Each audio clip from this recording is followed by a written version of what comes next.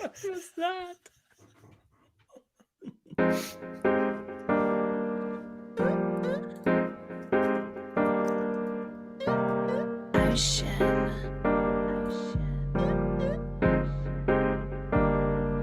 I feel like a locomotive, sipping, drinking Arizona. Mixtape just around the corner, did a lot in California. Can't wait to drop this on you.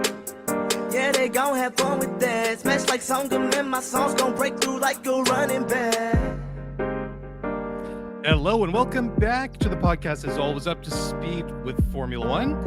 This is Mark Daly, Mark Hamilton, and of course, Mr. TSN. I was going to say Mr. Tim Hurraney, TSN Racing Pod in the house. Boys, good evening. A very, very busy week of Formula One behind us. No time to catch our breath this weekend. We got a sprint race in Austria. Ton of news going on. I don't even really know where to start, but guys, are we excited for Austria after what we saw in Silverstone last weekend? Tim, you're nodding your head. I'm taking that as a big yes for you. Absolutely. I mean, I think we know how things turned out at Silverstone. I mean, what a race. Absolutely incredible. And I think we're on for another good one this coming weekend. Should be some rain on Friday and potential for rain in the race on Sunday. Well, after rain the last couple of weeks, first in qualifying in Canada, and then we saw it again last weekend at Silverstone for the British Grand Prix. Awesome. It just throws in that degree of unpredictability. And I say more rain, bring it on. Mm-hmm. But of course, I do come from Vancouver, where it rains 340 days out of the year. So anyways, Hamilton, you're sitting there with a big grin on your face. How's your week been? You ready for this one? Very much so. And you know, and Tim knows, my entire life is an emotional roller coaster. Things are either great or they're terrible. And I was feeling really down on the Formula One season going into the British Grand Prix. And after that race, the results, some of the progress that we've seen some of the teams demonstrate, like I have this renewed optimism in terms of what the rest of the season could be. And I'm really glad that we didn't have a significant break between the two Grand Prix before we kick off in Austria. And of course, you know, we talk about Silverstone being the home track of Mercedes and McLaren and Aston Martin. Well, Austria is absolutely the home track. It's owned by Red Bull. And I can't wait to see what the turnout looks like for that team and for Max Verstappen this weekend. Well, they're predicting a record 300,000 people are going to go out to the Red Bull Ring this weekend, which I'm sure a large portion of them are going to make the trip down from Holland. It's only going to take them a couple to several hours, so quite doable. And this is going to be the fifth trip to the Red Bull Ring in 2 years, or 3 seasons, I guess you could say. I mean, we had the Austrian and Styrian Grand Prix back-to-back in 2020 and 2021 in these rearranged and ad-libbed COVID adjusted seasons. But it's a cool track. It's a short lap compared to some of the other places we go to. We'll talk about that a little bit later. We got a couple of reminders. First of all, just to kind of set the tone for tonight, I'm just going to go run down the 2022 Formula One World Championship standings. On the driver's side, Max Verstappen leading the way with 181 points in front of his teammate Sergio Perez on 147. Charles Leclerc, the Ferrari driver, 138. Charles Sainz. So that's a bit of a kind of a weird mashup. Nobody asked for it, but Carlos Sainz, the second Ferrari driver, fourth with 127. George Russell, the Mercedes driver, 111, and Lewis Hamilton, the second Mercedes driver, 93 points. Over on the constructors side, we'll just run down the top 3 here. On the constructors side, where I got it all mixed up here, we got Red Bull on top, 328, Ferrari 265, and Mercedes 204. They're just miles ahead of everyone else. McLaren fourth in the World Championship, or the Constructors World Championship. They have 73 points, so they're a country mile behind everyone else. Mark, you wanted to give a quick fantasy update before we get into it. Yeah, the first thing to call out when I look at this at a high level is that 7 of the top 10 teams are British based. So congratulations to our British audience. You clearly are very, very adept at picking fantasy teams. So number 1, Andrew T continues to reign amongst the 2,033 entries that we got this year. He has 2,131 points. Number 2, Thaddeus F, also from the UK, 2,079 points. Number 3 from Canada, Adam J, 2,076 points. Number 4, Ludwig Y, 2,055 points. Number 5, Christopher N, 2,052 points. Number 6, Whitman R, 2,035 points. Number 7, Bradley P, 2,013 points. Number 8 from the UK also, Marshall W, 2010 points, tied for number 8. We have another entry from the UK, Zebulon N, 2010 points, a new entry breaking into the top 10. And then number 10, rounding out the top 10, also from the UK, Delbert D. And our promise is that we were going to finalize the swag, the prizes. It's going to be a combination. We know we're going to be giving away a race weekend subscription. We're probably going to be giving away a unique piece of artwork, and we'll probably be giving away a couple pieces of our own merch once it's finalized, and that should be ready by the time we wrap up the season. So congratulations to everybody that's entering. There is still half a season left, so don't give up on your fantasy team left. There's lots of races left. Cool. Mark, you had a couple other reminders. You hinted at nicely about the merch, also some upcoming interviews and things that we got going on in the background. So why don't you just let everybody know what we got going on, and then we can get absolutely the meat of the program. Just a couple of housekeeping updates. Again, we've promised that we're going to get that merch. I think we were very optimistic that we would deliver it for the summer, but it's probably going to be the fall. It's going to be a limited run hoodies, principally, to start. So I think the timing should be good. Again, the thing that's taking a little bit longer is we really want the best quality stuff. We're not simply sending our logo off to some company to mass print screen some junk to send out. Like, we want this to be quality, custom stitch stuff. So excited about that. Don't forget as well, I mentioned Race Weekend Magazine a couple of minutes ago. We do have a promotion with Race Weekend Magazine. If you're interested and you subscribe, you can save 10% using the Scuderia Pod promo code. Highly recommended. Highly encourage you to check that out. And we've secured a couple of really exciting upcoming interviews. Probably a little too early to say this, but for July 27th, which will probably drop during the summer break, we have Trey Kirby of No Breaks / No Dunks in The Athletic. And we had a great conversation yesterday with Kevin Clark of The Ringer and the F1 Pod, and he will be joining us in August for another summer podcast release. So some exciting stuff coming down the pipeline. Cool. Well, thank you very much. Mark, I noticed you also had a bit of an interesting stat here, courtesy your favorite place to deep dive on Formula One, and that's the Formula One subreddit.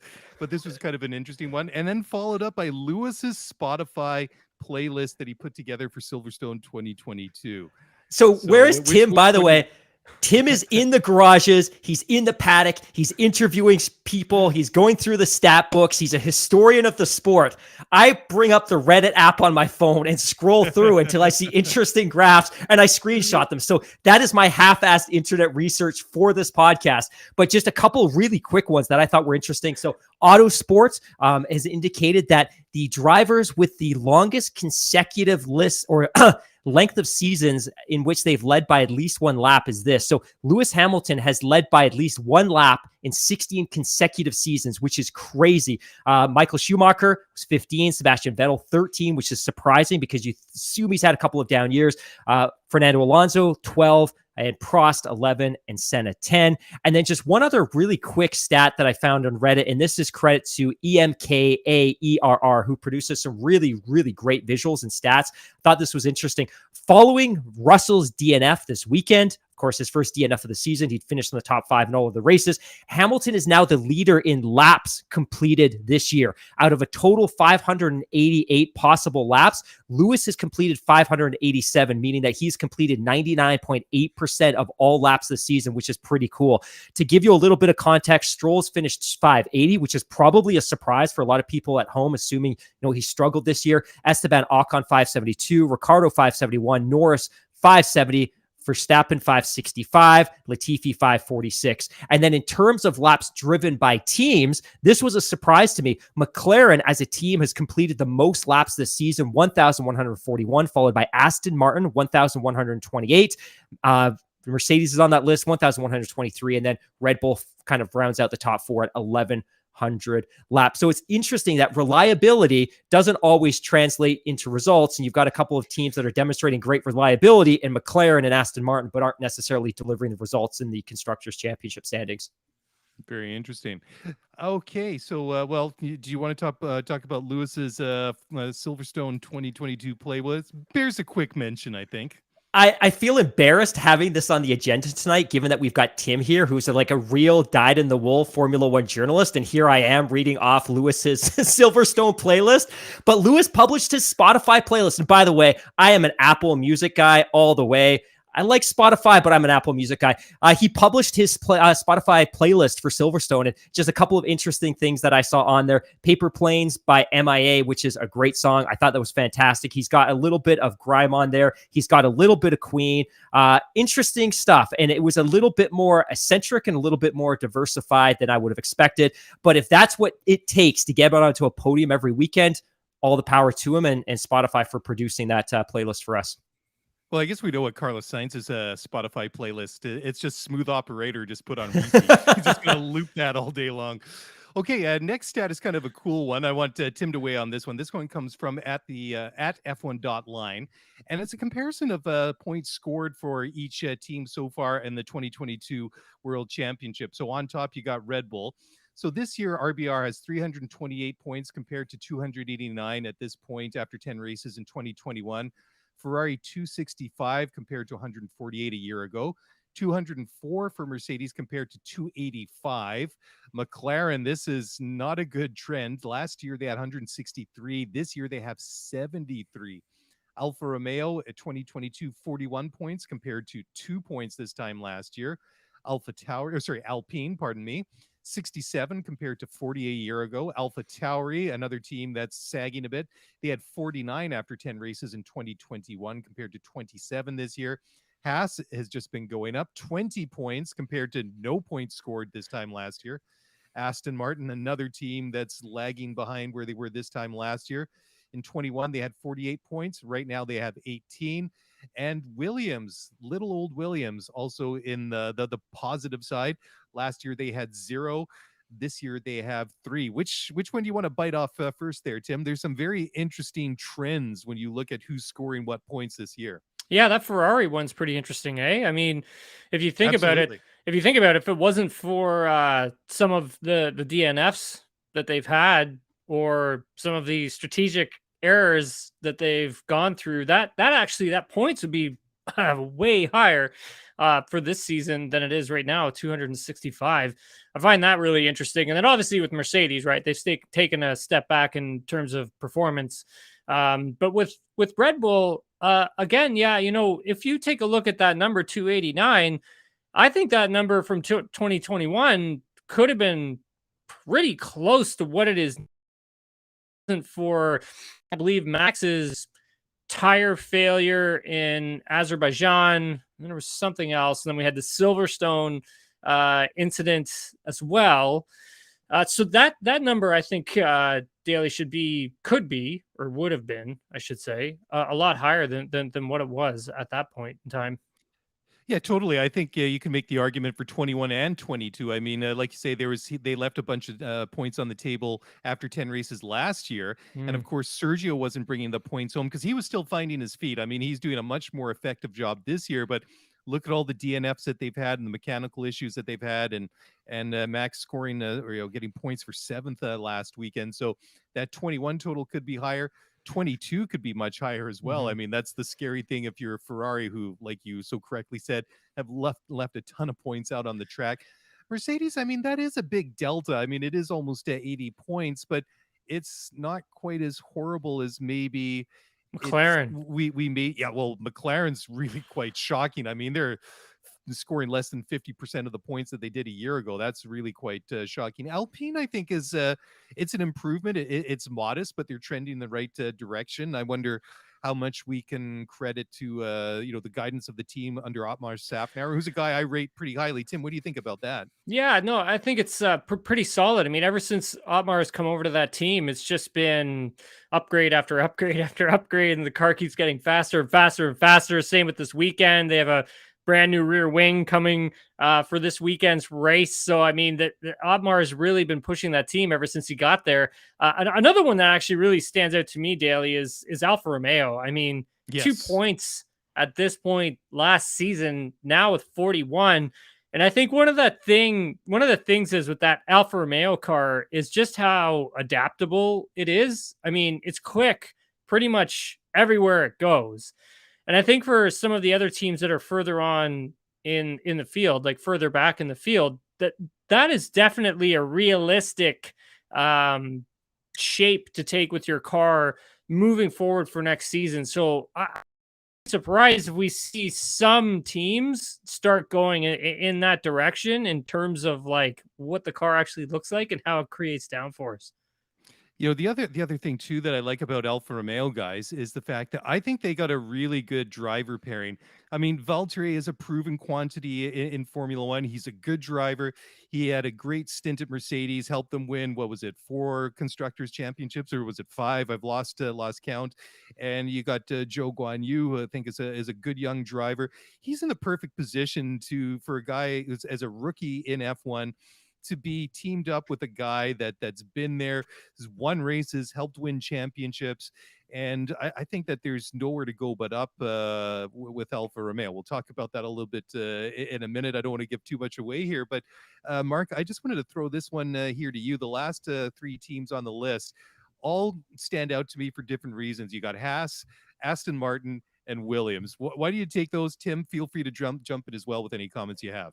I think the first thing that I consider when I look at this chart, and this was provided by F1 Line, again, readily procured from Reddit, is the distribution of points. Because you talk about last year, 2021, it was the end of an era. We go into 2022. It's the new era of Formula One aero regulations. We've introduced downforce on the underside of the cars. And the hope was that we would create more competitive parity. So when you look at this list, the first question I have is the field tighter? Is there a broader distribution of points? And I'm not so sure that we're seeing that yet, but I'm incredibly confident based on some things that we've seen this year that that's going to happen. If not this year, for sure, it's going to get better and better as the years progress. But you're right. There's a couple of really great call-outs. You look at the bottom of this list, Haas, 20 points. And I think maybe you could argue that the season's been disappointing. Tim, I know you believe there's a lot of promise in that car, but still they were sitting on 0 points last year. And I think we can all say and all believe that the driver pairing they have now is incredibly, incredibly more competent than the one that they were sitting on last year. Aston Martin, Daly, you and I sitting here at the end of 2021, we were singing the praises about what Otmar was doing with that organization, with the capital, building the new factory in Silverstone. And you and I were both mortified at the performance they demonstrated last year. They tapped out early, recognized that 2021 wasn't going to be successful, and they put all their resources into the 2022 car. And of course, they simply haven't delivered. They're sitting on 18 points. And then the Williams team, 0 points at this point last year. Really, they didn't score any points until they had that flourish, that really fortunate podium at Spa. Nicky put in a couple of really tidy performances back to back to score some points, but they're sitting on 3 points. I still think that the car they have now is better than the car they had at this time last year. But Tim, when we talk about Haas, Aston Martin, Williams, is there reason to be optimistic based on what you've seen, or are they maybe where they should be and we should be a little bit down on those teams? No, not at all. I mean, I think like one of the things is with Haas is that number actually to me should be a lot higher than what it is. That's a really good car. It's consistent as well. And, if it's not for Schumacher throwing it into the wall a couple times and just maybe not having the performances that I think the team really expected of him, I think that's a team that should actually have more points than what it does. Aston Martin is the same for them. They need a little bit more downforce with the upgrades that they've brought to the car, the new ones, and they're going to have some more coming. But at the end of the day, I mean, I was expecting more from Aston Martin, especially to start this season off because of how and when they pulled the plug on the 2021 season. But that being said, I think moving forward, that could be a team that could put up some surprise results as we get further into this season and they start learning the upgrades that they have. And as for Williams, I mean, that car is not very good. Like the car that Nicholas is running now is just, it's not competitive. And they knew that to begin the season.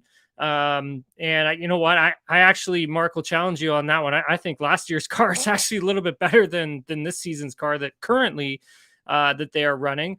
I think the upgrades that Alex has gotten, he was only running 85% of the full upgraded package at the British Grand Prix. He'll be running 100% of the upgrades for this weekend in Austria, but it sounds like it's a little bit more of a step in the right direction for the Williams team.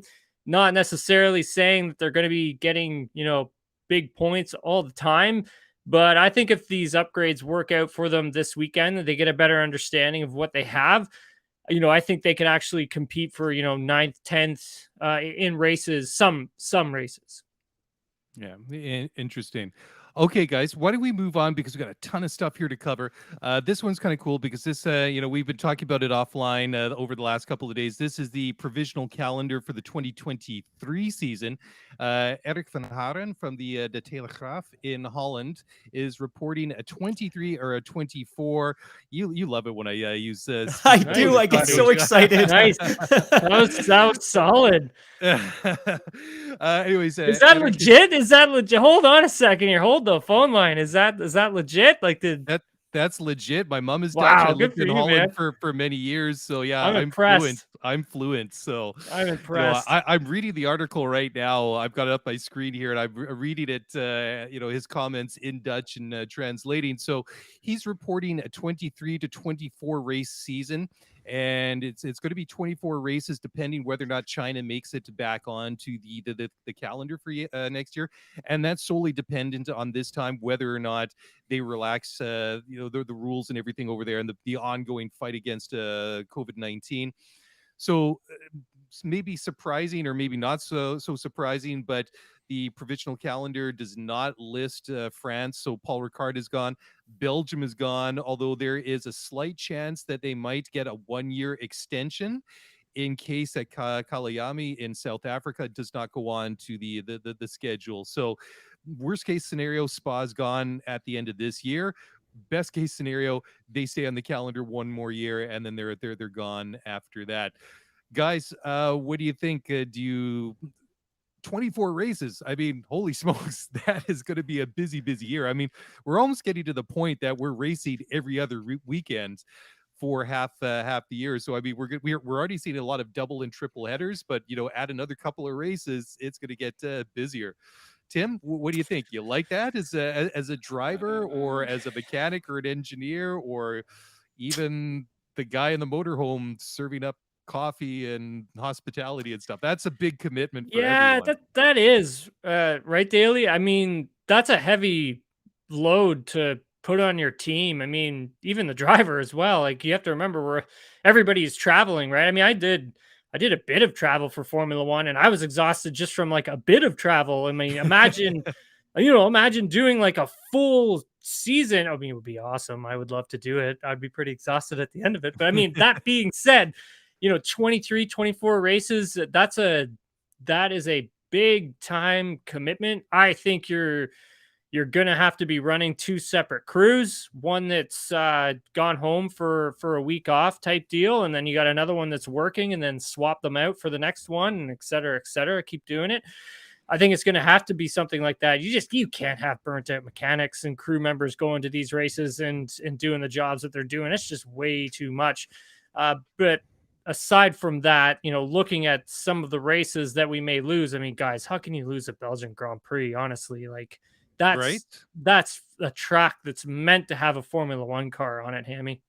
Yeah, I completely agree. I think a couple of things really stand out to me. One is the fact that, as you both just mentioned, that we are inching closer to that 24 race mark that was effectively promised to us in the Concord Agreement in 2020. The teams in Formula One agreed that would be the maximum allowable number of races. And obviously everyone's incented to deliver that, because if you deliver 24 races, your TV income goes up and you get that much more money from the race organizers. And of course, that's more money to split in the championship. So I'm sympathetic, especially to, as you talked about, Tim, the mechanics and the people that are grinding day in and day out with the teams, the logistics teams.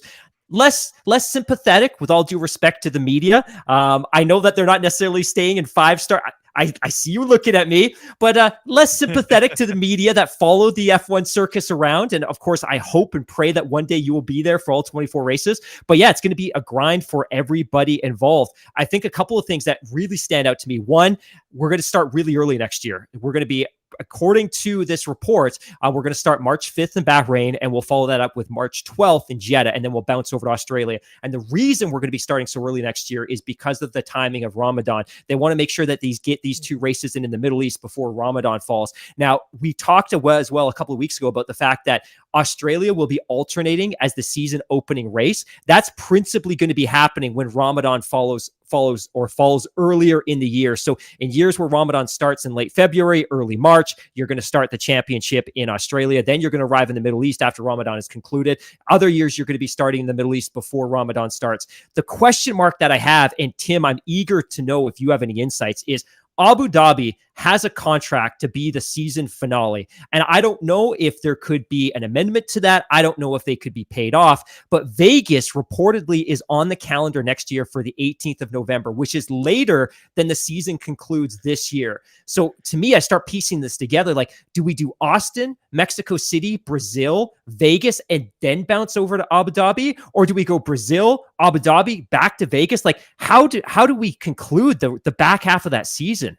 I think what they're planning on doing with this calendar is trying to make sure that they're limiting their carbon footprint, so to speak. I mean, even though it's not that limited, I mean, it's still trying to keep everything in one section of the world before moving on to another section of the world. So, you've got your Austria, Belgium, maybe you do France and then you do Italy and then you move on somewhere else and tackle that section, because one of the question marks that's going to be moving forward is like, okay, well, what do you do with Miami and Canada? Because you can't go Miami, go back to Europe, do everything, Azerbaijan, come all the way back to Canada the next week from Azerbaijan. Totally. They got to be paired. And I think at the end of the day, you probably, look, no offense to Azerbaijan, but I think you need to put a week off before you go to the bigger events. Okay. So let's talk about how teams went from Azerbaijan to Canada. It was really hard on the teams. Like when I got there, you could just see it. Like everyone was pretty tired, and Canada is a huge event, guys. I mean, 400,000 fans, just coming through for the weekend is a huge number. Almost 200,000 people for race day on Sunday. So, you've got to bring that energy, so to speak. But at the same time, like, I think that's a lot to ask. That's a huge travel, like huge. And so I think they're going to be pairing a lot of these races together. I think your first assessment with how you had, Vegas, maybe Coda, maybe you have Coda, then Vegas, then Mexico, then Brazil, and then you go over to Abu Dhabi to finish everything off. That makes a little bit more sense to me, rather than going back and forth when their main objective is to try and pair some of these races together. There we go. I'll remember to unmute myself. But, guys, I did it again. I did it a couple of weeks ago. And one of the listeners awarded me a 5-second stop-go penalty, and rightly so. Guys, I agree. It is so busy. But, I mean, the only thing you can really do, I mean, obviously starting in the Middle East and important occasions like Ramadan are things to keep in consideration. But there isn't really too much way you can really go, because you get the month off in August. So you can either start earlier or end later, because you can't really do too much either way. So, I mean, it is just going to be really, really packed. And then when you take some of these things into consideration, and Tim, when you bring up an additional point, like having a week off before some of these bigger events, I mean, it just makes it really, really difficult. I mean, I don't envy anyone that tries to put this calendar together, because there are so many moving parts. It is absolutely ridiculous. And that summer break is more important than ever, right? Yeah, but then on top of that, Daly, remember how they used to kind of do this calendar where they were going to places where they weren't going to be experiencing any inclement weather. So they were staying away from countries that experienced harsh weather in certain times of the season. Now, if you're going to try and pair everything together, I think for Formula One, like you might not know what you're going to get, right? Like if you decide to go and do Miami, and then you come to Canada and maybe you do that in June. Well, who's to say, you're not entering Miami's sort of like rainy season, right? Like, I don't know how it works, but that's just an example. Well, yeah, I mean, I remember like last year when they were still trying, because remember the beginning of the season, like the okay, this is what we want to do, but it's really dependent on what happens with COVID. And there was talk about maybe trying to slot the Canadian Grand Prix in the second half of the season. And they kind of had like this hard date. We can do it up to, I think it was like the second weekend in October or It something like was. that. And then after that is just like the weather in Montreal just is not optimal for a Formula One race. I mean, that you got to take all those things into consideration as well. I mean, we were talking about at the top of the show that it's been great to have some rain and qualifying during the races over the last couple of weeks, but I mean, there just is certain conditions that they just cannot operate and run these cars in, right? Absolutely. Yeah, it makes things so much more challenging. And I mean, I guess it for the viewer at home, it makes races potentially more interesting. Maybe we get a little more inclement weather for races, but then again, you could be running into like hurricane season somewhere, and the next thing you know, your race is completely washed out and you're refunding everyone's tickets. So I think at that moment, right, you really have to take a look at like, how does this structure together? Yeah, and then you can get these one-off crazy events like Spa last year when, Yeah.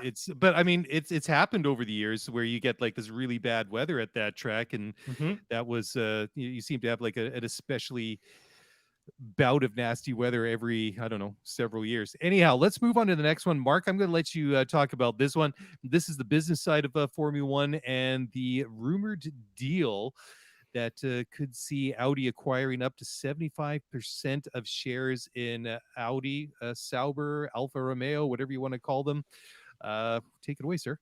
I think we're all very excited, and I think we've been eager for, it feels like now, the better part of 18 months that we keep inching closer and closer to final confirmation of entry from Volkswagen of potentially two different manufacturers in Formula One. It's been pretty well established now for a few months that the Audi entry, after sniffing around the tires at Aston Martin and sniffing around McLaren, is that their entry point is going to be through Sauber. Now, Joe Sayward, who writes a really great blog and is pretty well connected to the Formula One community, he wrote on his blog a couple of days ago, and I quote, the sale of Sauber to Audi, the sale is conditional on the technical rules for 2026 being confirmed by the FIA, but it will be a phased deal over 3 years, with Audi slowly taking control of the first 25% of the shares in 2023, another 25% in 2024, and a third and final 25% by the end of 2025.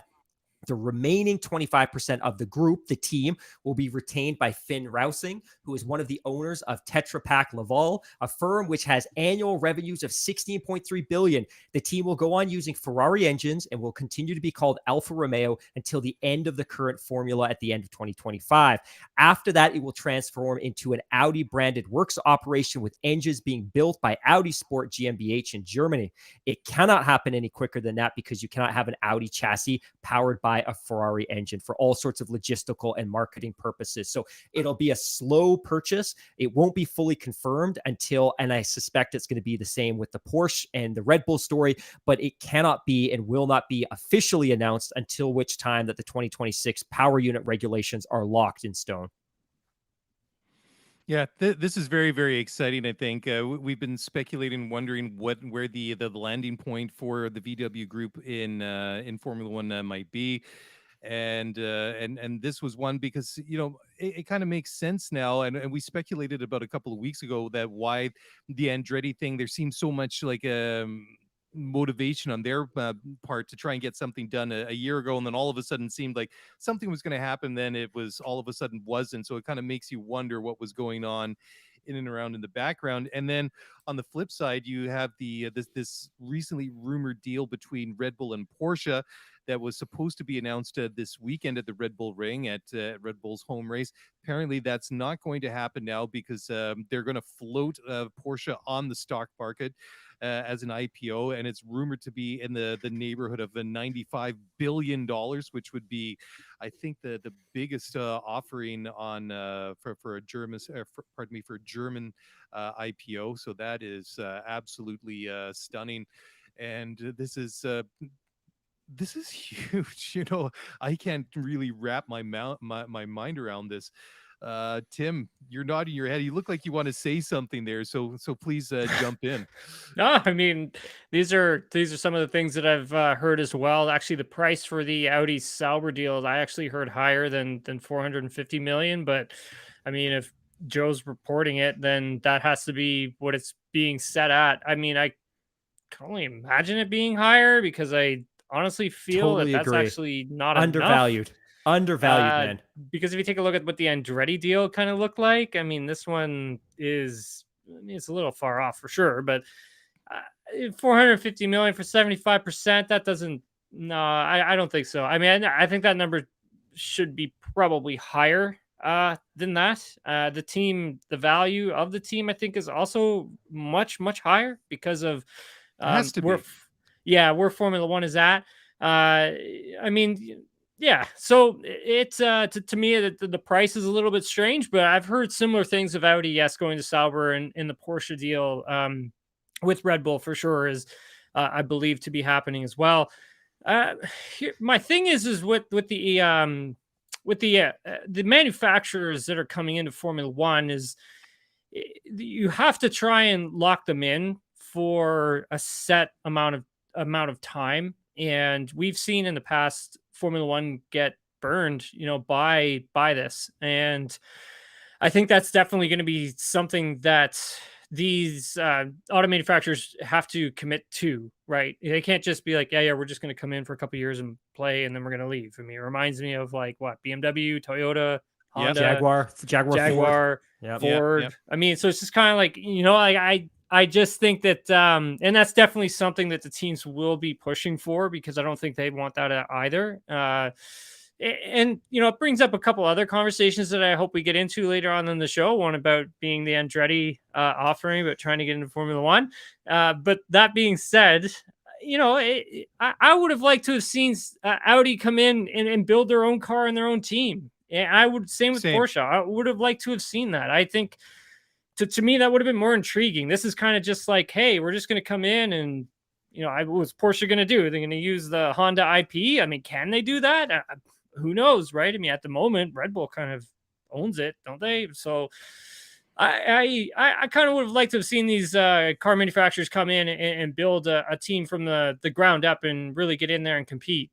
Seeing as how, the 2026 engine regulation, it may not be that complicated. It may be something, even though it hasn't been solidified yet, it may be something that's quite simple that these engine manufacturers can make quite simple, guys? Yeah, that's a great point.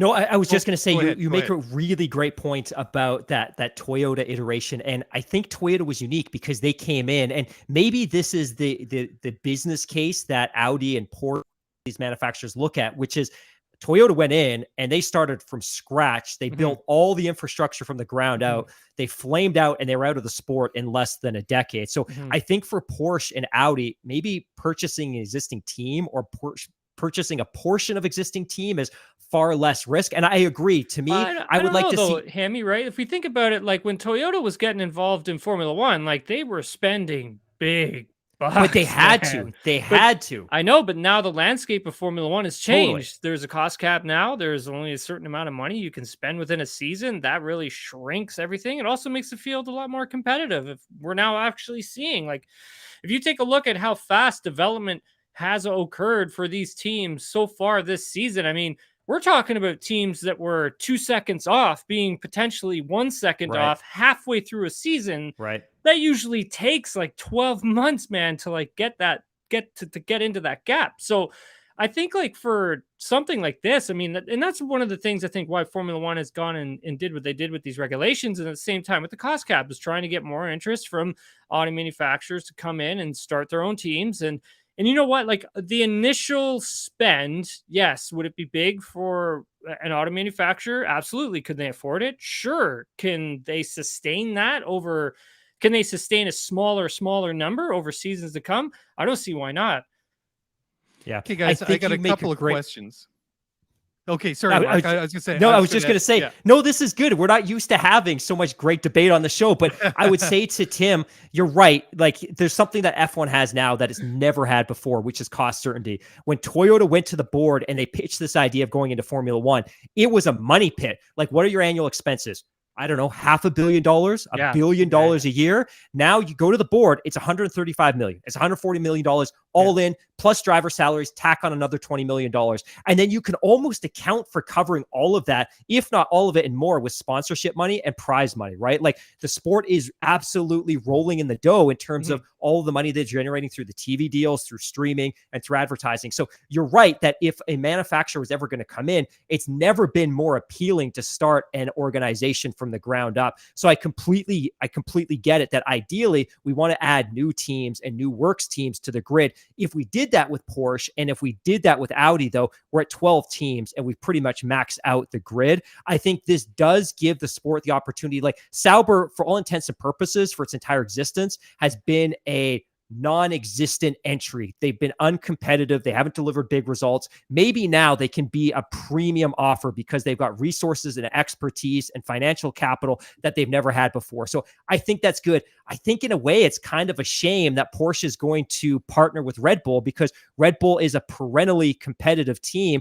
and they don't necessarily need to be paired with Porsche and their expertise and their finances to be even more competitive. And just to kind of touch on that Honda thing as well, what I understand, and I think we're going to touch on this a little bit later, is right now, Red Bull has inherited zero Honda IP. Honda is still supplying their engines out of their factory in Japan. They haven't taken the blueprints. They've taken nothing. And it's because as a new engine manufacturer in 2026, there's all kinds of concessions that will be made to Porsche and Red Bull. They'll get extra development time. They'll get extra money. They'll get more time on the test lab. There'll be things that will be available to them that wouldn't be available if they were simply migrating the Honda IP into that new power unit.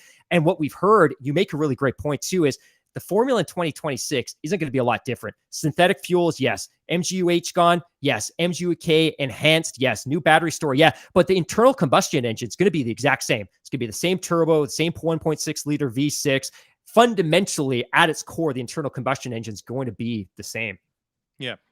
I just wanted to jump in with a couple of points here, and Mark, you already answered a couple of them, and Tim as well. But I couldn't help but kind of chuckle to myself here as you kind of like bring up some of the ghosts from years gone by, like Toyota and BMW and the previous Honda Works team and things like that. And I can't help but wonder, in this new era, like Mark says, you know that you're in it for 130 million per year, plus driver salaries and all these offsetting costs from sponsorship and prize money, etc. I just can't help wonder if there's people out there that still have ties to those, or were with those teams, maybe don't still have ties with the people that were involved in those teams back in the day. And when they shut the doors and walked away from Formula One, just, still have that bitterness or that feeling that, geez, we just, what if, what could we have done back in the day? Right. If the landscape was the same in 2008 or whatever it was as it is in 2022, but I'll guess we'll never know. And then just for a little bit of clarity, I guess under the current deal, what with Audi potentially partnering up with Sauber and then Porsche potentially partnering up with Red Bull, does that not leave two potential slots open for new manufacturers to fill out the grid? Because that would, I guess, because they can expand up to 12, right? I thought that's what it was. Mark, am I right in that, or have I completely misremembered? Or Tim, can you add a little bit of color to that? Well, teams obviously at this point, there's a handful of them that there's a handful of them that are okay with another team coming in, but on the same front, there's a handful of them that are against it. And if we look at like this Andretti deal, which I'm glad we can probably get to right now. Sure, let's talk about it. Absolutely. So yeah, there was an article that was published in GQ this past week that was from Michael Andretti and Mario Andretti, speaking to the fact that it was how difficult it is to get into Formula One and how an 11th team, which they would eat into the prize money. And I think F1, I believe they're more interested in having a manufacturer come in as 11th team. Now, I don't really agree with that, simply because I think like if you look at your teams like your Williamses or the Andretti, I mean, the Andretti group, it has always been successful, right? They have basically been competitive in everything that they've gone into. And on the flip side of that, I don't see them not being competitive in Formula One and sticking with all of it. I spoke with Otmar Safnauer about this in Canada because I saw Michael Andretti there with Alpine, and McLaren and Alpine do support him. Because I spoke with Laurent Rossi about it as well in Miami, and his thing is just making sure that the pie is being cut up enough for everybody. But then on top of that, you've got that, what's it called, the anti-dilution fund that they have to pour their money into, which would be about 200 million to balance sort of the revenue share on top of all that. And then, he comes in and they're good to go. He's ready to play. So I think at the end of the day, having an 11th team, a 12th team, I think that's good for Formula One. It's trying to make sure that everything stays stable, right? And I think you have to find a way of getting some money back to those two teams, right? Like if you can get into the top 10, that's great. But if you're 11th or 12th, well, what happens to you? Because you're not going to get the prize funds. And if you're not going to get the prize funds, that makes continuing in Formula One that much more difficult. But at the end of the day, there's also more revenue coming into Formula One. And so they also actually, I don't know how the TV, maybe Hammy might know this a bit better than I can, but I don't know really how like the TV revenue stream, if that gets split up between the teams either. I mean, I don't know, Hammy, do you know anything about that? Yeah, it definitely does. So it goes into the pot that is distributed amongst the teams as per the Concord agreement. So I think the teams were watching that ESPN deal with great interest because ultimately that's additional or incremental revenue for them too. Yeah, you bring up a good point with that too. Like, so a portion of F1's revenue, they're obviously shared between 10 teams like we're talking about here. It's reported in 2021 that, their revenue, I believe, was about $2.14 billion. And like, a portion of that gets split up between the 10 teams that currently exist on the grid. So, I mean, Hammy, what's stopping them from doing an 11, right? Like, it just doesn't, to me, this makes total sense. Just I want to add this as well because this just popped up in our chat and I quote, this is from one of our listeners, Porsche buying into F1 is embarrassing. They're effing Porsche. They're the only car company that claimed to be Ferrari's equal, a race company that builds road cars, not the other way around. I think I agree with that. Ultimately, this is an incredibly rich company and maybe they should be building from the ground up as opposed to kind of, I don't know, locking onto a team that's already had so much success over the past couple of years. Again, Tim, you and I were kind of talking about this afternoon, and we're kind of butting heads a little bit via DM and tweets. We were, I'm not exaggerating, but I have been really apprehensive about the Andretti group in particular. And I think my frustration is, where were they in 2015, 2016? So we saw in the Great Recession in 2008, 2009, 10, a ton of teams left the sport. BMW was out, Toyota was out, Jaguar was looking to come back in, they bailed, Honda left. The sport was in a terrible place in terms of the number of manufacturers. And by the mid 2010s, the sport was dying for entries. Manor was on their way out. Incidentally, Manor was on their way out because they were perennially 11th in the championship, which means they didn't get to share in any of the prize money, which just compounded their problems. They exited the sport, and Formula was desperate for new entries. And ultimately, Haas came up. They got in for a song. Like, Formula One was accepting tenders. Like, you can come and join the sport. There's no upfront cost. There's no financial obligation. We just need teams on the grid. And I think my frustration is that if Andretti really wanted to be a part of Formula One, there was an opportunity 6 years ago where he could have got into the sport with zero upfront cost aside from building the team and investing in that specific infrastructure. Does he want to be involved now because the sport is peaking in the United States? And if that's the case, that kind of rubs me the wrong way. No, I mean, you have to remember, Hammy, he was busy trying to keep his IndyCar team alive because they weren't doing very well either, brother. So you can't do both, man. It's one or the other at the end of the day, right? So a big thing for Michael was trying to keep his IndyCar team alive. I mean, that whole series was on the brink of like extinction after 2008 going into 2009. I mean, it's still like they're having really good success now, but I mean, it took a long time for them to get to where they are now, IndyCar. I mean, that being said, with Andretti, if you've looked at his track record over the past 10 years, he has slowly built out that Andretti sort of global racing group, right? Like where he's gone to next, where's he going to go to next, where's he going to go to next, right? See, I mean, I think he's in what, almost seven major racing series from around the world he's involved in now with the team, and now looking at tackle Formula One. I mean, I think that's pretty cool. And I think at the end of the day, that's good for Formula One. I think that helps. I think one, that helps fast track an American driver into Formula One, which is extremely important right now. And I think two, you have a full-fledged American team, even though Andretti would most likely, from what I've heard, they would be doing most of their work on the car over in Europe. But at the end of the day, I mean, everyone in the States knows who Michael or Mario Andretti is. That's all I got to say. Great point. I got a question, and either you can answer this one. So cost cap or not, 130 million, 140 million, whatever it is that bar low enough for a group of people like Andretti Motorsport to come in as on their own into Formula One? Or do they need to partner up with somebody like Ford or Chevy or whoever? Is that bar low enough for them to do it on their own? I think they would definitely need sponsorship, right? Like I think they have some backers now who are like private, who want to get involved in this. And that's why they seem so confident that they can put up the anti-dilution fund, get the money together to, refurbish a factory and start to make a car.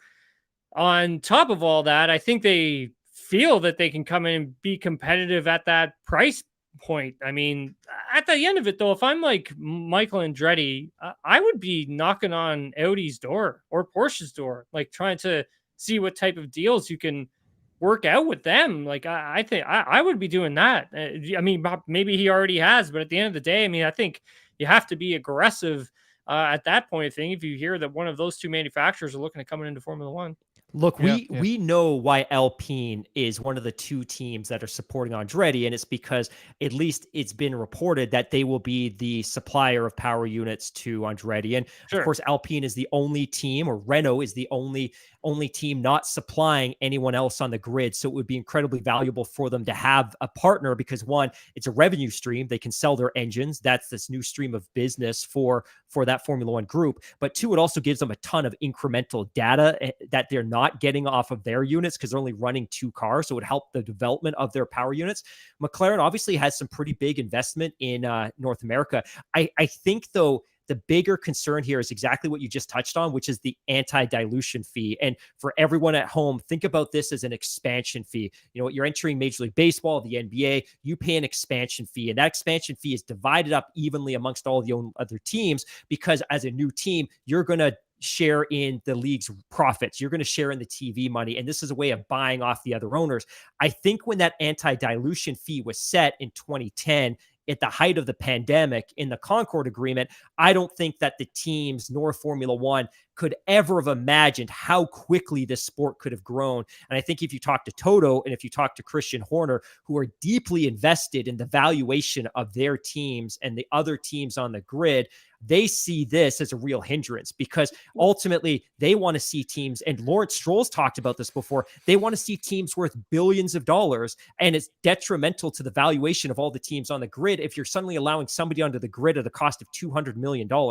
That's not a really good investment, and it doesn't help the valuation of the teams. Is it though? Or is Toto just worried about, losing a vote? Yeah, great question. Great question. Because well, that's true. Like it would be a block, right?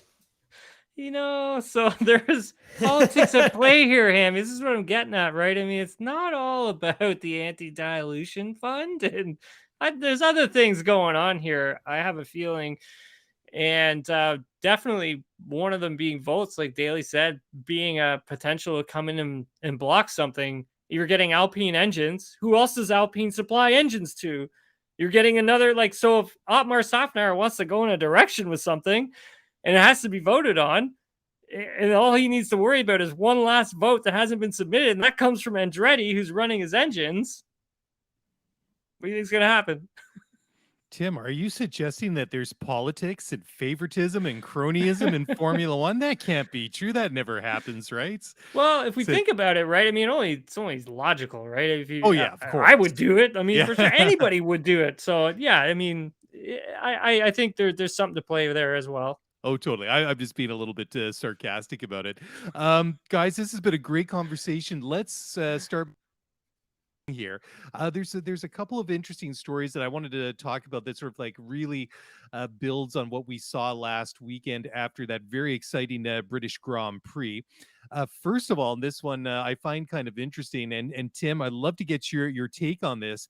But apparently, and I don't know if we want to go as far as say that there's a split or a schism in the Ferrari team, but apparently that before the podium ceremony, after Carlos wins his first Formula One race, first race ever, and then in a Ferrari nonetheless, that some of the team, like some of the team members, didn't want to go out and celebrate that. So I don't know whether or not that's been confirmed, but certainly it's kind of a juicy rumor to talk about.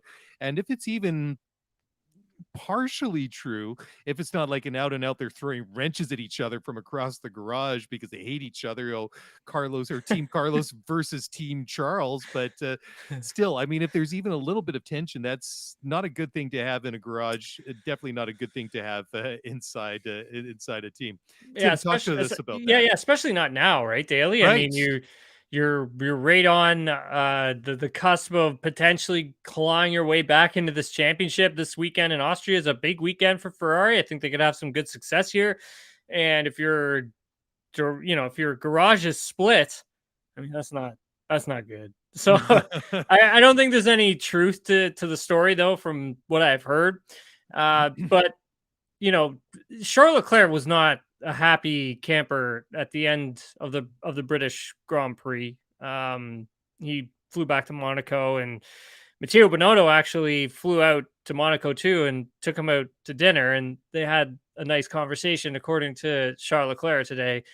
I think he feels the support of the team, and internally, I think he believes that they are working, as hard as they can. But does the team need to pick one driver? Leclerc obviously would say that it's not up to him whether or not they choose a number one driver. But I mean, Daly, I think at the end of the day, they have to make some sort of a commitment to one or the other.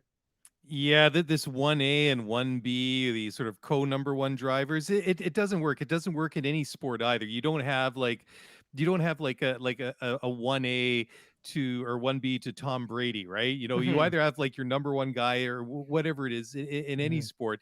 But when I saw this story, I couldn't help but laugh to myself. I'm like, Ferrari have let themselves down on the track. They've let themselves down off the track. They starting to show some signs where they're kind of putting it back together. And I was thinking maybe it's going to go okay for them now, but what could they do wrong to sabotage it from here? And of course, when I saw this, of course, an inter-team battle, toxicity, guys and people inside the garage hating each other, and I could just see it as sort of like people shoving each other and giving each other the evil eye. Well, maybe not that bad, but let's just say I thought if there was anything that would be so Ferrari, that would be it. I'm just like, I sure hope it isn't true, but especially as frustrating as it was for Charles in Mhm. Silverstone. I mean, the signs are there, right? I mean, they've had pace the last couple of weekends. Carlos wins a race on merit. It was an exciting finish to that Grand Prix. Charles, despite missing the end plate of that wing that he lost very early in the race itself, still had phenomenal pace. Uh, I know it must be frustrating for him, but I guess that's why Mattia went out there to try maybe put that fire out if there was even any fire to begin with, because there's positive signs there, and I think maybe you just have to try and put that into focus. Yeah, I think so too. And being a team principal, you're almost like the head coach of a team, so it's something similar, and you kind of got to keep everyone together. But I think, Mattia Binotto's done such a great job since taking over after Maurizio Arrivabene, and he's really brought this team back from from its knees. Like they weren't a good team. Like towards the end of 2019, 2020 was an absolute disaster, and 2021 they started to come back, and now they're super strong. Like I mean, I think they have, if not the fastest car over a single lap on the grid. It's whether or not they can convert that into race wins moving forward is the other question. But at the Sure. end of the day, I mean, I think he's done a really brilliant job with the team, and now we're starting to see, okay, well, how does he manage drivers? You know what I mean? Because it's the management between Leclerc and Vettel, wasn't that great, was it?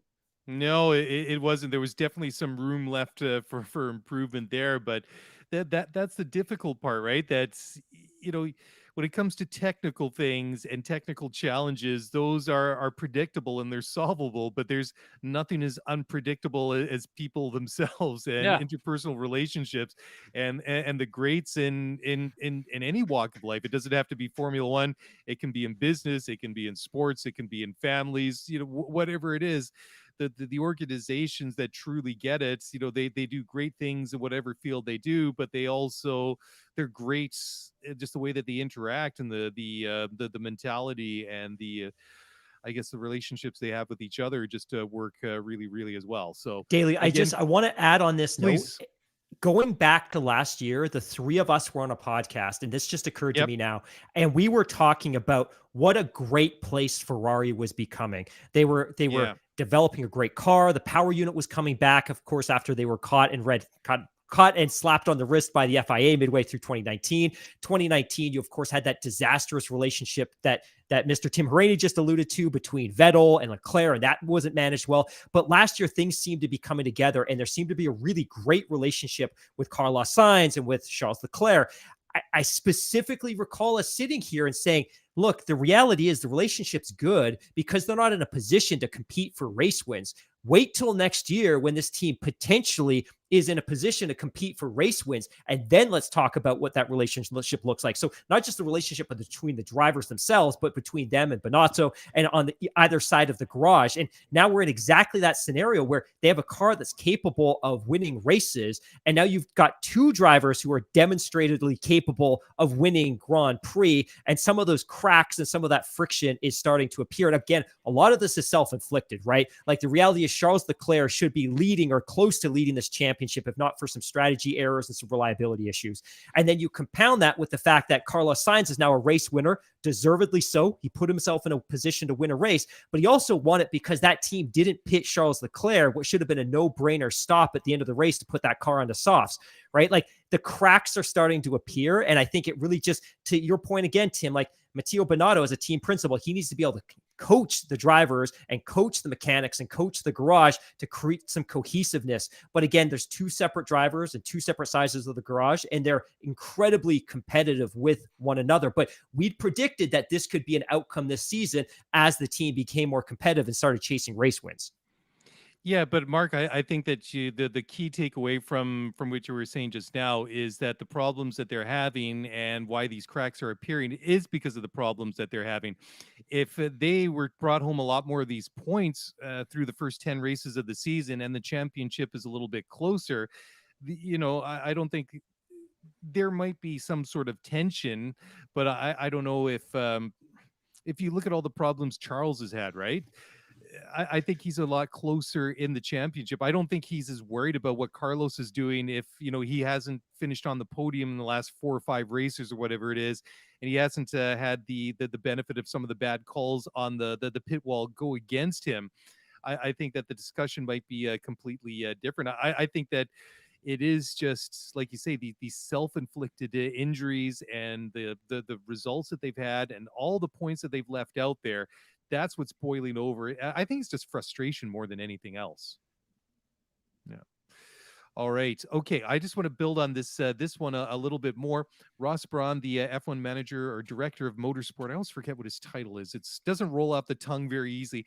Anyways, Ross believes that what we saw, especially in the latter stages of the British Grand Prix last weekend, is what he calls, quote, the perfect demonstration of the new Formula One. Guys, agree, disagree? Or do you have a bit of a different take? Tim, what do you think? Yeah, I mean, I agree with them for sure. I think at the end of the day, this is what these regulations were meant to do: is close the field, give us some better racing. We said it on Sunday. That's probably one of the best Formula One races we've ever seen, and it reminds me of like an IndyCar race, which is, in my opinion, some of the best racing on the planet right now. But aside from that, Formula One.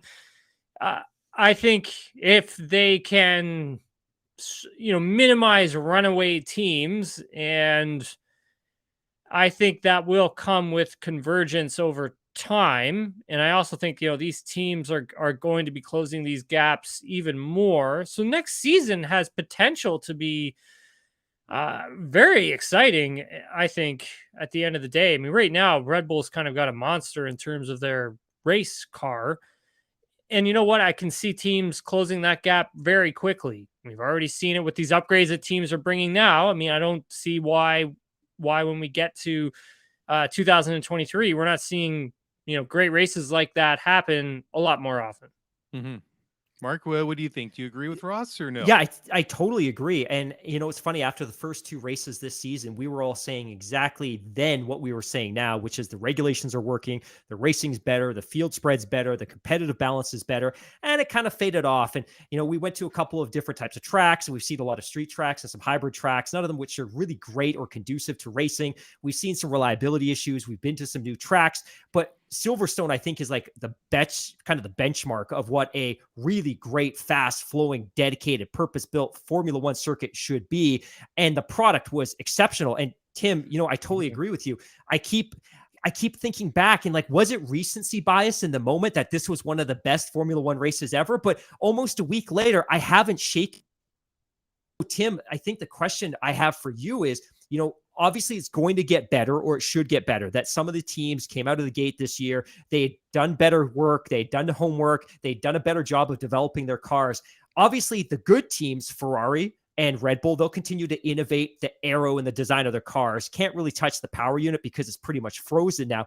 I guess the question is, are those other teams, Aston Martin, Haas, Williams, Alpine, are they going to make developments and progress on those elements that they can adapt faster than the teams that are already performing well? Because if Red Bull continues to accelerate their development and these other teams don't, well, that doesn't necessarily help things. But are you confident that teams like Haas, Williams, Aston Martin are going to be able to start closing some of that gap? Yeah, I think so. Only because, once we get to next season, those teams that are further at the back are going to get more wind tunnel time, which is only going to help speed up their progression of how they get new parts to the car and how soon they get those new parts to the car.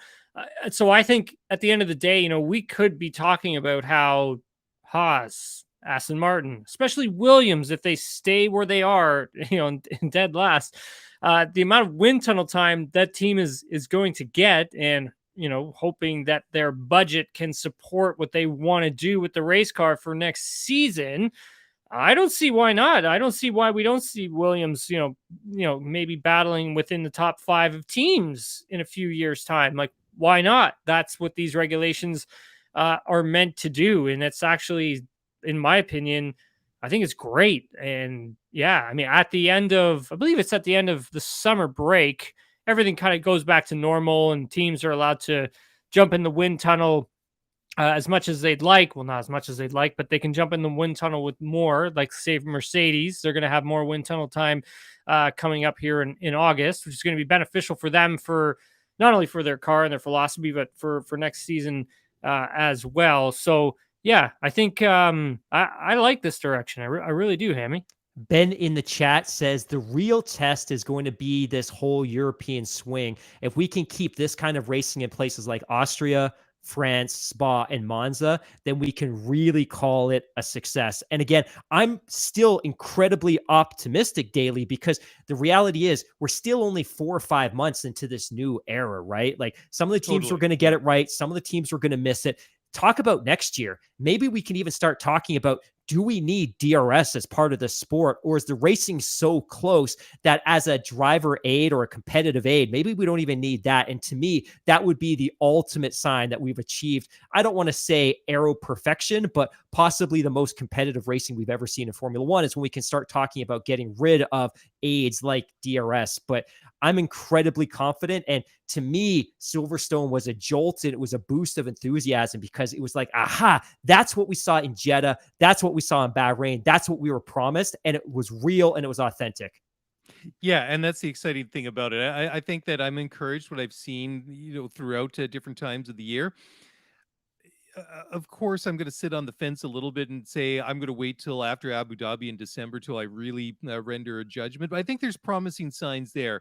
But like you say, Mark, I'm completely on board with that. That I think that once these regulations are perfected and they take away the DRS, that the aero package, it's up to it itself. That it doesn't need that, because at that point, it's DRS becomes like a relic of a bygone age. It's no longer relevant in Formula One. It's just unnecessary.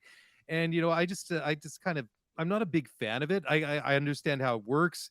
It's pretty cool, but at the end of the day, just optically, I think it looks a little bit kind of hokey, and I'd like to see it disappear if the cars work as advertised. Tim, jump in here, please. Yeah, one of the things that really stood out to me today from speaking with some of the drivers and being in on some of the media calls is that the drivers couldn't stop gushing at how much fun they had in some of the battles during the British Grand Prix. Like Lewis Hamilton couldn't stop gushing over the fact that he was digging the racing, and this is why he got involved in racing to begin with in the first place. And it reminded him so much of back in his karting days, and that's what he absolutely loves, is that dicing, is that battling. And he felt that they were finally getting it at Silverstone. I mean, obviously there's a lot that goes into that with the safety car, obviously, but then you got a track that's big and wide enough that has sweeping corners that allows cars to go side by side and allows them to battle a little bit more. But yeah, I mean, I think at the end of the day, the drivers absolutely loved what they got to do at the British Grand Prix. So, I mean, it only makes sense going forward that this is what everybody wants. Yeah, and we have to remember too, how many street circuits have we been on in the first good third of the point. season? I mean, we've Yeah, got very like good a point. lot more purpose-built point. tracks that we're going to go to, and so Yeah. hopefully this is just a foreshadowing of things to come. Just one more thing here on the British Grand Prix before we move along. We want to talk about the race coming up here at the Red Bull Ring very shortly. I just wanted to get your guys' thought here on some comments that Sergio Perez made after the British Grand Prix last weekend. And I'll just read it off here. So Sergio had the following to say, quote, "I knew there was an accident, but I was back in the garage. I was looking at the TV and they showed the accident. I was shocked. It has been a while since we have seen such an accident like that. It's hard to see that and try to delete it from your mind and try to focus on what you have to do. Well done to the FIA, because we've come a long way with safety. I'm sure there are good improvements and always good lessons to make sure we learn from, to see the accident, to make sure that to make sure there are such things we can improve. I don't know if there are photographers around that were at risk. So just have a look and see if we're able to make this a safer sport for everyone." And one final thing I'd like to add is that when you hear people about putting a cap on the driver's salaries, we are the ones taking all the risk out there, putting on the show. So I don't think it's a good thing to be talking about that on the sport going forwards. But the most important thing is that nobody was hurt, end quote. So what do you guys think? Do you agree with Sergio's take on drivers obviously do take the big risk, but the whole salary cap there? I mean, I think obviously it's well warranted. Do you think it takes away something from the sport if you're capping the salary, the driver's salaries, especially with like the danger that they put themselves in each and every weekend, Tim? Yeah, absolutely. I was on a media call today with Lewis Hamilton, and he was kind of driving at something similar in terms of, the risks that they have to take. We sit at home and watch things on television and don't really have a clear grasp at just how fast and just how dangerous some of the dicing that these drivers, have to do, or the situations that they put themselves in. Uh, I think I don't think there should be a salary cap. It doesn't make any sense to me because, you know, when you look at it at the end of the day, some of these drivers have to pay someone back when they get to Formula One. Some of them actually like have people say like, okay, I'm going to pay for 75% of your racing and you're going to give me 25% of your salary for the first 5 years that you're in Formula One. So if you're only making like a couple $1,000,000, but it took you $10 million just to get there, and you have to find a way of paying some of that back. I mean, that's just not fair. I mean, the driver went out to get that funding. The driver went out to, beat the bushes to come up with the funds so they could inject it into their own racing career so they could get to Formula One. And then all of a sudden you're putting a salary cap on them and now they can't pay the person back. You're putting them in a very difficult position, which is just, it's unfair in my opinion. But at the same time, if they do put a salary cap, it's got to be high, like 15 million. Like, give me a break. Like, come on. Let's say Total- 50. Yeah, let's say 52 million. Sure, Tim, put it how- there. How does the sport sell the drivers on unless there's a really high salary floor, right? Like there's a lot of drivers that are making $1, $2, $3 million a year. And maybe the way you sell it to them is like, hey, the cap's 30 million, but there's a floor of 20 million. So on average, everyone's going to get more money. But in terms of just conceptually a salary cap, the drivers are smart. They know that the sport is booming. They know it's because of things like Drive to Survive. And they know it's because they are selling the sport and they're the ones going on the track creating the product every single weekend. They also know that the owners of the individual teams are seeing more gross profit than ever before because of the cost cap. And they know that the Formula One, the commercial rights group, is potentially seeing more profit than they've ever seen before. So I think the drivers would be very much opposed to any form of cost cap. You can't say the sport is making more money than ever before, and you are going to limit my earnings. There's no reason why Lewis Hamilton shouldn't be amongst the highest paid athletes on the 100%, planet. 100%. On the planet. And 100%. that would be taken away from him because of an artificial cost cap that isn't necessary. Now, we talk about professional sports in North America, cost cap, NFL, NBA, NHL. They need it because the income's limited and because they need to protect the owners from the owners. Formula One, the money's there. The sponsorship is there. Do not artificially cap these drivers, because the other thing you could do is risk these drivers getting to Formula One and then signing a big deal to go to another racing series. And I know that seems far-fetched, but if my cap in Formula One is $5 million and I got somebody in the US offering me $10 million to race a stock car, maybe I go and race a stock car. 100%. Yeah, great point. Great point. And I think also one more thing just to add on the end of that. If, let's say, a driver's salary cap does come into play, I think that the drivers really need to have a look at what parts of their suit, what parts of their helmet, what parts of their street clothes can be branded by a sponsor that they go out and get themselves, and that's a revenue stream that they keep 100%. Brilliant. That's their money. Yeah. And they don't have to share that with the team. I think that's has to be an argument that gets made in the opposite direction. Yeah, there's a lot of different creative ways around it, but the more and more that I've sort of thought about it since they introduced the cost cap a couple of years ago, and this whole idea of like a driver's salary cap has kind of like popped up here and there, at different times over the last year. So the more I think about it, the less and less I'm in favor of it, especially when you see something that we saw with Zhou Guanyu last weekend. I mean, it really just emphasizes how risky this sport still is, despite the fact that we have things like carbon fiber and halos and all these safety enhancements. It's still inherently dangerous. It's just the nature of the sport. Okay, I want to touch as quickly as we possibly can on the whole subject of FlexiFloors, which I didn't even know was a thing until several days ago. And then we'll talk about the Grand Prix itself, because it's a big one this weekend. It's one of these, what Mark always likes to call one of the majors, because we got the sprint race.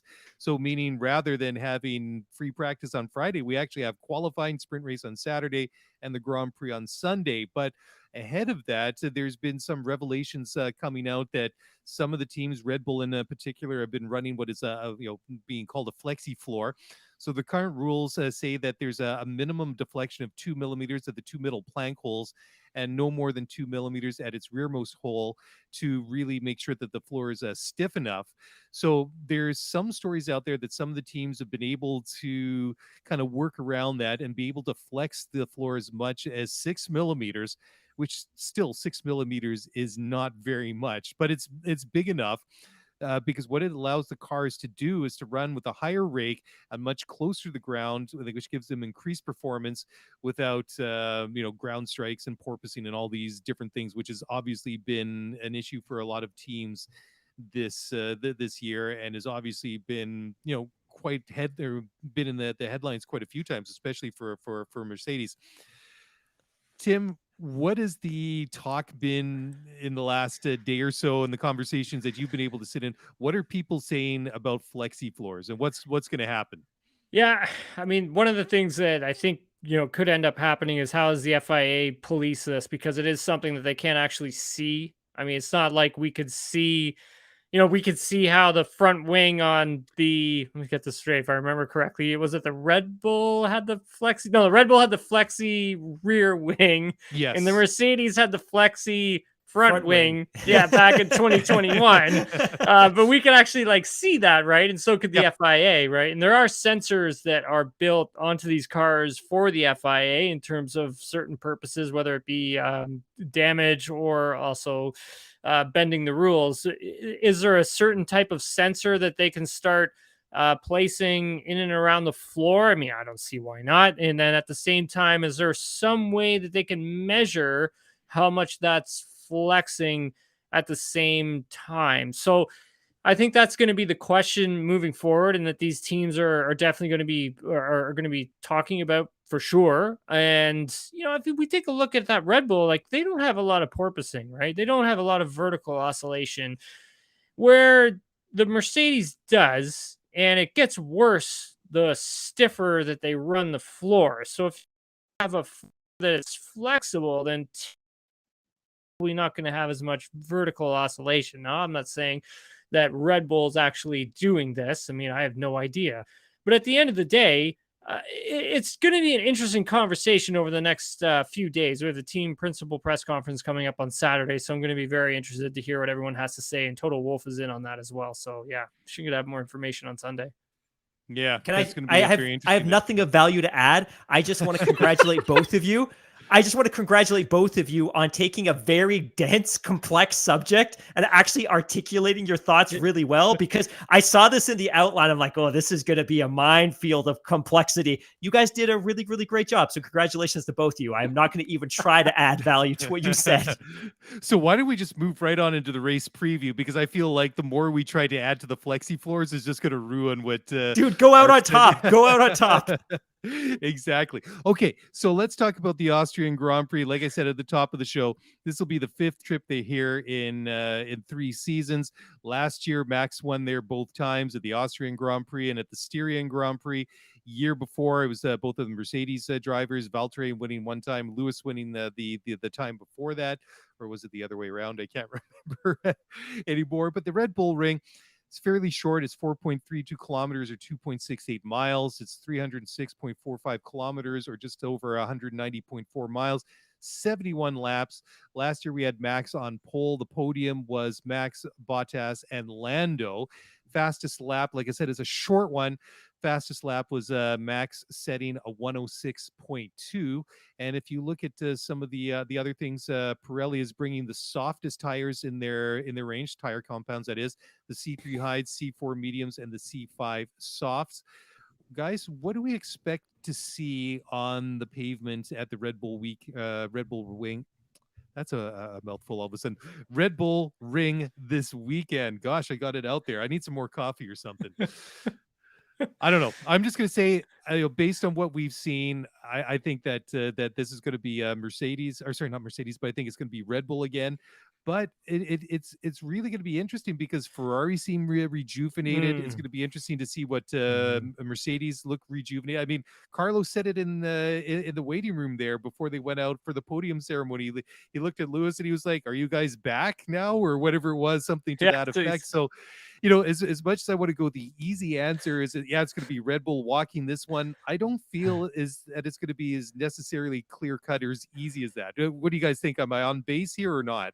Well, for both Mercedes drivers, hearing from them today, both of them really downplayed their expectations for doing extremely well, like podiuming here at Austria. But that being said, it's not out of the realm of possibility. We have seen some pretty wild races here, and I think for Mercedes, they're hoping that it's going to be a wet race, because for them, they feel that if it's going to be a wet race, that gives them more opportunity to maybe even score a win this weekend, which is something that, we spoke with Lewis Hamilton about today. And, he was telling us that, hey, look, at the beginning of the season and how far we were back from Ferrari and Red Bull, they believed that there was no chance this season for a win. But now with the upgrades that they've brought and the team finally understanding, and one of the interesting thing was that he said is things are correlating not only on the racetrack but back at the factory. So what they're doing on the racetrack is now making more sense what they're doing back at the factory, and vice versa, which is where they were lost at the first 5, 6, 7 races of the season, and now it's starting to make more sense for them, and which is a good thing. I mean, I think we need another team battling in this championship. If Red Bull decides that Max Verstappen's going to run away with it, I think we do need another team to kind of spice this storyline up a bit and give us a few different winners. Maybe even get George Russell his first win in a Formula One race. But I think Ferrari's going to be strong here. I really do. I think the amount of downforce that they run on that car, I think the nature of this track, I think this is definitely going to be a Ferrari track. I really do. And I think this has got to be. If you're Ferrari and if you're Charles Leclerc, this has got to be a 1-2 Ferrari, and you got to hope that Sergio Perez gets that third. Yeah. You know what? I think that this would be a fun track to drive on. I mean, it's short, it's compact, but I mean, it's got some nice fast sections to it. You got all the changes in elevation. I think that it's, as much as I hate to say it, that I feel like we've been there a little bit too much in the last 2 years, but I'm not going to complain too much considering what we went through in those last 2 years that at least we were racing. But it is a fun race to watch. It is a fun track, and it really is made for some memorable moments over the last number of years. Mark, what do you think? What are you going to be looking for this weekend? A couple of things for starters. One, it's specifically that line of questioning or thought that Tim just had, which is who's going to come out better equipped for this race. Like ideally on paper, Red Bull should be very successful here, but this is a track that when you look at it logistically and you look at the footprint and you look at the elevation, this is also a place that Ferrari, assuming everything goes well logistically and strategically, they could be very successful as well. And ultimately, I said this last week, selfishly, and I've got no dog in the race. I just want to see the championship go down to the wire. I would love to see Ferrari be successful this weekend because it extends the championship a little bit further. But having said that, I'm also not necessarily pessimistic that isn't going to happen. I think Ferrari has every opportunity of being successful on this track. For those that are new to Formula One, and a lot of our listeners are, when you do see this track, when you see a layout, it doesn't look super complex. Like Daly said, it's a shorter track. There's only 10 corners. But the one thing that you don't experience until you see it on TV, and especially in purpose, is that this track is carved out of the side of a mountain. And Tim, correct me if I'm wrong, I don't think there's another track on the calendar that has as much elevation as this track, correct? Oh yeah, no, this one's got quite a bit. Yeah, there's quite a bit of elevation here at this track for sure, which is great. I mean, it's kind of like a roller coaster ride, right? And you never really yes. It's the best thing. It's the best thing. One of the other things that I found like quite interesting from some of our conversations earlier today is the Verstappen Hamilton sort of, we're starting to get a bit of a rekindling of a potential something going on here. If you recall back to the end of the British Grand Prix when Hamilton was asked about his dice with Charles Leclerc, and Hamilton responded with is much nicer, racing him through cops than what had happened there last year, where it ended in tears for Max Verstappen being sent into the wall. Max was put the question today about that, giving him or letting him know what Lewis had said, and his response was, I think it's quite nice that at 37 years of age, you can still learn how to hit an apex. So, I mean, like it's that is to me a very intriguing comment, because I think that Mercedes is going to get a little closer in this championship, guys. Definitely. Yeah, I don't think that it's over by a long shot. I think No. that I mean it might be from if you look at Max's point of view, but I think that there's more to be said between Mercedes and Ferrari. I mean, Ferrari need to turn it around or just go home, so to speak, because the longer that it kind of festers, the worse it's just going to get. And I just wanted to help, maybe get a take from both of you guys. If you're sitting on the Ferrari pit wall, if you're in Mattia Binotto's shoes this weekend, do you think that they make, if they get into one of these situations where it's kind of like sort of like 50-50, or Charles is behind Carlos again and he's getting on the radio trying to plead his case, do maybe some of these like 50-50 calls, or some of these gray areas, you want to call them, do you think maybe they jump on that a little bit quicker and maybe give the benefit of the doubts to Charles, or give him the advantage, whatever you want to call it? Like give him a makeup or whatever you want to call it for some of the bad, just kind of make him something to feel good about. Get in there, This is what I'm Hammy. trying to say. I just, I want to back this up a little bit, because Tim came with the tea today, and I know he'd been sitting on that Max quote for the last 4 hours that we've been recording this podcast, and I love it. And everyone knows that I'm a Lewis fan, but Lewis may have ultimately been the one that triggered that comment. So after the Silverstone Grand Prix, Hamilton was actually being interviewed, and they were asking about his battle with Charles, and he battled with Charles in the exact same corner where that contact happened between Lewis and Max Verstappen last year. And he was asked, how was that experience? And he said, referring to Charles Leclerc, that Leclerc's driving was sensible and a lot different, quote unquote, to what he experienced in the same corner the year before. So it's getting a little bit dishy, right? It's not just Max coming out and taking shots at Hamilton. Like, Hamilton set the groundwork for that quote. So I love it. And to that point, I would love nothing more than to see Mercedes get into this championship battle, because we're starting to see the fires be stoked a little bit for this off the court drama, which keeps us talking and keeps the social media kind of engine buzzing throughout the course of the week. Yeah, absolutely. I think it's one of those kind of like juicy things that everybody loves to talk about. It's kind of a little bit of WWE SmackDown meets Formula One without the folding chairs being thrown back and Tim, forth. do you mind if I just ask you a quick question? You've had a ton of time with the drivers this week. You've been interviewing them. You've been in a lot of the media sessions. Maybe it's just me, but I feel like mentally, psychologically, Lewis seems to be in a totally different place than he was even a month ago. Like, he just seemed dejected for the first 8 races of the season. Like, is that something that you're picking up on? Is it obvious when he's doing his media responsibilities? Yeah, seems more optimistic at the future with this race car, right? And that's a scary thing, I think, if you're the other teams as well, because then you kind of got to take a look at 2023 and you're like, oh, geez, they actually have something here? Because I remember they were talking a big game when they came into Bahrain, and they were talking about how, well, in the CFD and in the wind tunnel, our car is 7 seconds faster than, everybody else. And everyone's like, oh no, right? And they released this car and it's got no side pods on it. Everyone's like, oh my God. And then it shows up and it's not very good. And so now you're looking at it where it's like, okay, they actually have something here. And I think if you're the other teams, you can see all the other teams starting to converge with what Red Bull and Ferrari are doing. Not so much taking the same direction that Mercedes is taking, where Williams kind of started on that path and now they've quickly, changed direction.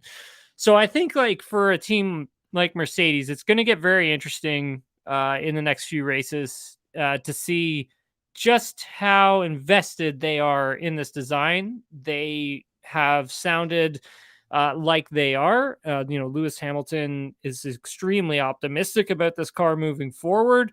So is George Russell. So I think yeah, if Mercedes can get in this fight even more as we draw closer to the end of the season, I think 2023 is going to be very interesting, guys. Yeah, absolutely, absolutely. So I kind of have to wonder. I keep asking myself this question. The more that we discuss Mercedes, as we have over the past 15 minutes or so, is I can't help but wonder: are they sort of tempering expectations? Is a little bit of psychological warfare from Lewis and George that maybe we're not as we're just downplaying it, right? And then they're going to come out here and do a lot better than everyone's expecting. So maybe we'll start to wrap it up right here with some predictions. And I'm going to call my podium Lewis Hamilton going to win it. I'm going to say Charles Leclerc is going to come second. And then third is going to be Max Verstappen. So this is either for me a brilliant call that nobody's expecting, or I'm just trolling everybody before we sign off for tonight. I know Tim's eyes were just as big as saucers and Hammy's were as well. So Tim, I can just imagine to level set here, Daly's also predicting Kevin Durant's going to Sacramento. So I don't know how. I'm joking. I'm joking. Yeah, though the whole talk about KDs has sort of been going back and forth for days now, hasn't it? Oh wow! So that wasn't a joke. You are going all in on Lewis Hamilton in Austria. Woo! Yeah, I'm just getting tired of predicting Max Verstappen is going to win it. But I've been saying the same thing. I got tired of calling Lewis Hamilton was going to win races. So I appreciate the irony and the contradiction in my own predictions. So, Tim, what about you? Here's a story. Okay. Well, if we're going to go with just like insane takes, I'm going. My podium looks like George Russell for the win. Wow. Fernando Alonso second. Wow, Fernando. Okay. We've lost all sort of like any sort of semblance of reasonable picks here. In the live chat, Ben Nasta has said to me that that Man United kit is clearly infecting Mark's brain. LOL. And this comes from a guy that has a Liverpool pictured as profile pic. So the little jab there is absolutely noted. So well done, Ben. So Hammy, it's your turn to Hold get on, in I gotta here. give you my Oh, third. you gotta give me Third. Third. Okay, third. I'm gonna be sensible. Charles Leclerc. Okay. So it's coming back to a little bit of sanity now. Hammy, Tim, I have the FIA on the phone. They would like their media credentials back with that George Russell pick. I think I'm going to be a little bit less. I think I'll be a little less flamboyant with my prediction, but I can't bet against. Bet against Max Verstappen. And let's be realistic. If he hadn't caught a piece of AlphaTauri under his car in the British Grand Prix, like the outcome of that race is fundamentally different, right? And I think we're all quick to get excited about the fact that Carlos got his first win and there was Lewis on the podium. But ultimately, Max had every right to win that race, and something happened. He got a chunk of carbon fiber stuck under his floor, and that robbed potentially a podium from him. So I think everything going right. I don't necessarily want to see it because I want to see the championship a little bit wider open, but I have every confidence in him being successful here. He knows this track inside and out. Red Bull owns the track. They do a ton of sim work here. They're there in the off season. They do their photo sessions there. He knows it inside out. I have every reason to think he's going to be a race winner come Sunday if it's dry. And if you look at the forecast right now, Tim, you alluded to this a little bit earlier. There could be some moisture in the clouds come Friday, Saturday, Sunday. Mm-hmm.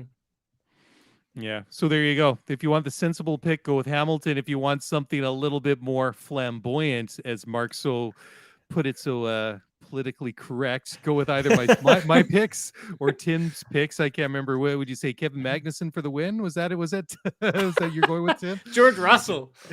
George Russell. Anyways, here we go. We got Ben is his picks in the live chat. Charles, Max, and Lando. I kind of like that show for Lando. He's run there pretty good over the past couple of years. So certainly you can throw his name into the conversation. Maybe it would be a little bit unexpected just based where they've been this year, but certainly Lando has had success here in the past. But guys, I think that's a pretty good place to wrap it up. Before we go, Tim, let everybody know where they can find you online and all that good stuff. Yeah, you can get me on social media at Tim Haraney, and then also you can listen to TSN Racing Pod wherever you get your podcasts. Awesome. And we, of course, are Scootery F1 Pod. You can find us on Twitter using that handle. You can find us on Apple, Spotify, everywhere else.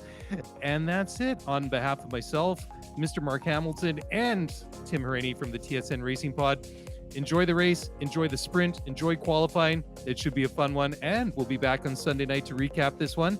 Until then, have a great weekend and talk to you guys again very, very soon. Bye for now.